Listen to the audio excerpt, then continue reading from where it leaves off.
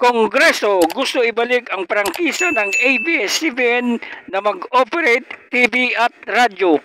Bakit nga ba nawala ang prangkisa ng ABS-CBN? Noong May 4, 2020, napaso or na-expire ang prangkisa ng ABS-CBN na mag-operate TV at radyo. At kinabukasan, May 5, full shutdown ang ABS-CBN na mag-operate mula TV at radyo. Ito ay sa panahon ni President Duterte. Walang kinalaman o kasalanan si President Duterte kung bakit nawala ang prangkisa ng ABS-CBN na mag-operate. Ang lahat ng renewal at new franchise dumadaan po lahat yan sa Kongreso at sa Senado. Ganitong kalaking kumpanya dapat lagi nag-follow up sa kanilang prangkisa.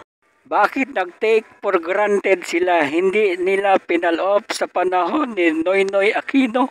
Sa panahon ni Presidente Aquino, nag-file ng renewal ng franchise ang ABS-CBN na ang speaker sa panahon na yon ay si Speaker Belmonte at yung Senate President ay si Senate President Franklin Drilon.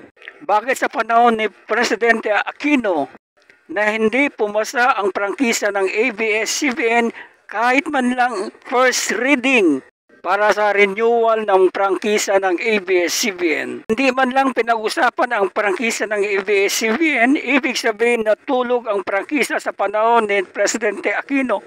Bakit kay President Duterte sinisi ang pagkawala ng prangkisa ng ABS-CBN? May nag-file na merong congressman na gustong balik ang prangkisa ng ABS-CBN. Basahin po natin. House of Representatives, Quezon City, Metro Manila, 19 Congress, 3rd Regular Session, House Bill number 11252, introduced by Representative Joey Sarte Salceda, an act granting the ABS-CBN Corporation, formerly ABS-CBN Broadcasting Corporation, a franchise to construct, install, operate, and maintain television and radio broadcasting station in the Philippines and for other purposes. So magbabalik na ang ABS-CBN, malaki ang posibilidad ba? Ang tanong, saan kukuha ng frequency ang ABS-CBN kung sakaling ibabalik ang prangkisa nila? Kasi ang frequency na dati hawak nila ay pinaghati-hatian na yon ng mga ibang mga network. Kung magbibigay ng prangkisa sa isang pribadong kumpanya, dapat mayroon available na frequency na magagamit niya.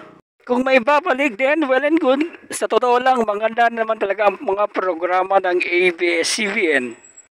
Kaya good luck!